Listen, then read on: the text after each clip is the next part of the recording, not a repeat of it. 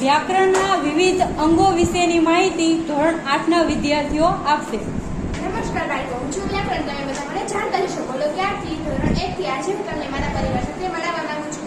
આમ તો મારો પરિવાર ઘણો મોટો છે, પરંતુ આજે થોડા વ્યક્તિ સાથે મુલાકાત થશે. થોડા વ્યક્તિ સાથે પછી ક્યારેક.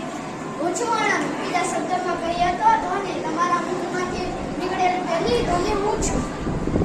હું છું શબ્દ. જ્યારે વર્ણની સાથે જોડવામાં આવે છે ત્યારે મારું સ્વરૂપ બને છે, જેમ કે ક પ્લસ લ પ્લસ મ એટલે કલમ.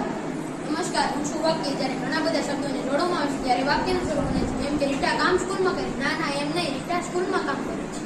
હું છું સંજ્ઞા. સંજ્ઞા એટલે કોઈ પણ શબ્દ સાથે હું જ આવું, જેમ કે વસ્તુ કે સ્થાન વ્યક્તિના નામ સાથે હું જ આવું, જેમ કે હિમાલય ગુજરાતમાં રામ. હું છું સર્વનામ. સર્વનામ કે સંજ્ઞાને બદલે છે શબ્દ વપરાય છે. તેમ કહેવાય છે કે રમેશ ખાય છે, તેની બદલે તેમ પણ કહે છે તે ખાય છે.